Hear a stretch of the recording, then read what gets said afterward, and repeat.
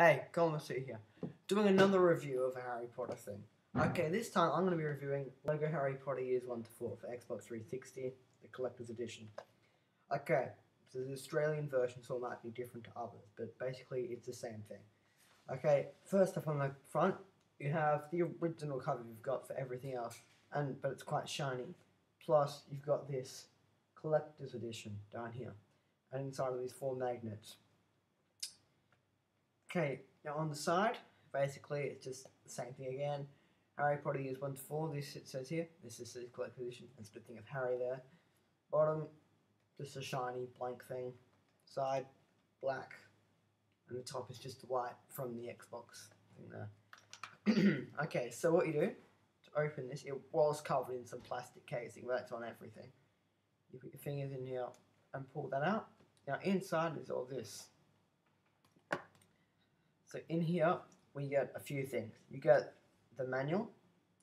Now, this manual inside's got how to play the game, which is pretty basic once, you turn, from the moment you turn it on, it's all there. But at the back, next to these pause menu thing, it has an advertisement for the Harry Potter game, the Harry Potter Hogwarts, the actual board game they're making. Here, it's got a thing, LEGO Universe. Here, do a survey for LEGO, and you can get cheats. And at the back here, it's got an advertisement saying you can watch Harry Potter on Zune. And on the back is the magic continues October 2010. New LEGO Harry Potter playsets coming soon. That's in October. And you also get this. This is the Harry Potter thing. What happens is this is the thing for your avatar when you give them your avatar gets a broomstick. There's a code down here in the bottom corner. So I'm covering my finger, and it's got all this stuff here, and it tells you how to use it. I did it earlier on today. It's pretty cool. You get a broomstick for your avatar. So you get those. Also, in here, we've got this now. Now this, I wasn't expecting actually having the normal cover that they have for us, but you got a special cover, which has Harry and Ginny facing the snake. But the weird thing is though, this Ginny here, it uses this orange hair they use from the actual set, when the actual Ginny in the game has different hair. It's weird. Okay, so you got this on the side, and the same thing, like a Harry Potter, whatever. On the back, it's just a picture of the troll trying to get into the thing. Now we open up here, and you can see you have the actual game here with the Xbox thing, and this is actually a DVD. So it goes in your DVD player, and you play it, and it's got the thing. Sorry, it tells you what it's got in the back.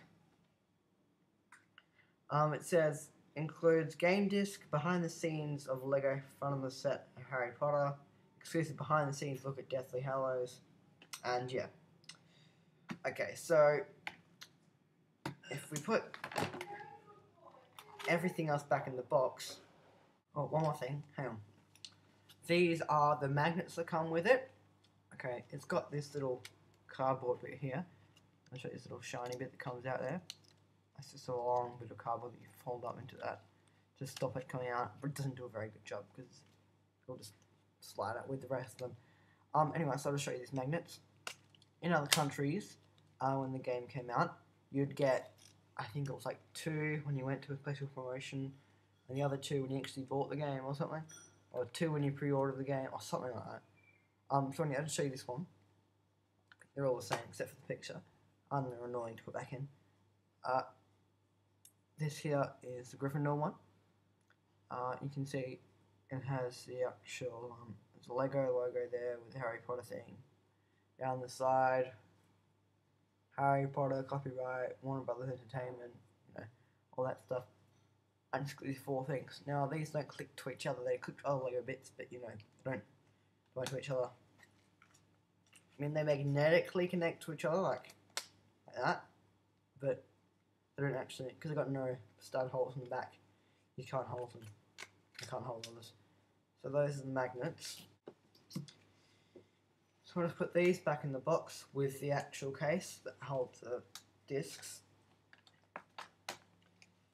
And then you've got these two things. Put them in. And then slide this on. Now, about the actual game itself. Well, it is, you know, as LEGO games are, you go through each, for example, book / movie, each Harry Potter, has 6 different parts. And what happens is you can't, with other LEGO games, you did the first part of the first one, and then you went to do all the others in any order you wanted. Well, pick each story and then did chapter by chapter, go through, and you could mix around, go to this one here, go to here. But in this one you can't, it's all in an order. So you might have some level at the start of the game where you have to go somewhere, and the level stops and you're at Hogwarts, you go around, have to learn a spell. Once you've learned the spell, you know, you follow, nearly have this Nick around, he'll take you to another place, and you keep doing all these things. You have to get through barriers with new spells you've learned. And once you've done that, finally there'll be the actual next level. And you come out of that level, and you just explore Hogwarts. You know, there might be something there that you can interact with because you learned something new. Then you have to go to a class or something, you learn a spell, learn how to do something, learn Parseltongue, for example. Go somewhere, now you can unlock a different area to get to the next level, and it just throws on. And then, yeah. Anyway, the actual central part of the actual game is the Leaky Cauldron, or Diagon Alley. So you come out, you know, when you turn the game on, once again after you've stopped playing it, you'll end up with a Leaky Cauldron, and on 2 whiteboards or 2 boards, I'll show you what the next levels are and everything. Okay, I find the gameplay to be quite good. Some parts though, you feel it's just the actual game's been a bit rushed, and they just tried to make it. They focused on making it more like the movie / book than actually focusing on the actual gameplay. But you know, it still is a really good game. I mean, it's addictive and stuff. So there are 24 different normal story chapters, but there are also things like, I can't remember what they're called, but in Gringotts Bank, if you go there, there's all these mini levels there, kind of like Lego City and the Star Wars ones and stuff. You just go around, build things, destroy things, just to try and clear out this thing. Yeah, it also uses studs as the currency. It's basically like all your Lego games, except you have to go progressing through it. Yeah. And what happens is, to unlock characters, you have to go and find this little token with the character's face on it around the place. Once you find the token, the character is actually unlocked in the shop. There's heaps of playable characters. For example, there's like 170, 158. There's a heap more than 100 playable characters, and you just go around and, yeah, because I was playing through it, trying to see which characters I was available to buy, and I was going through thinking, and it went through forever and never trying to get to the end. I got to the end of the whole list of characters, and there's heaps. So yeah, that's pretty good. Challenging? It's not that challenging. Some things you feel like, what do you do, but that's not always a LEGO game, because you work it out anyway. You just work casting spells and everything, you see that you can cast a spell, and eventually you'll know what to do. Yeah.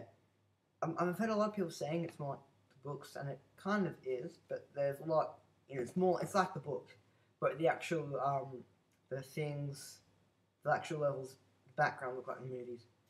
Oh, and also, the music, I like the way they've done the music, because they put, in the moments in the movies, where they got the music, they put the same music on when you're playing that part in the game, which I really like, because then you get to remember what these bits were because of the music. Yeah. Overall, I think it's a pretty good game. I'd give it an 8 out of 10.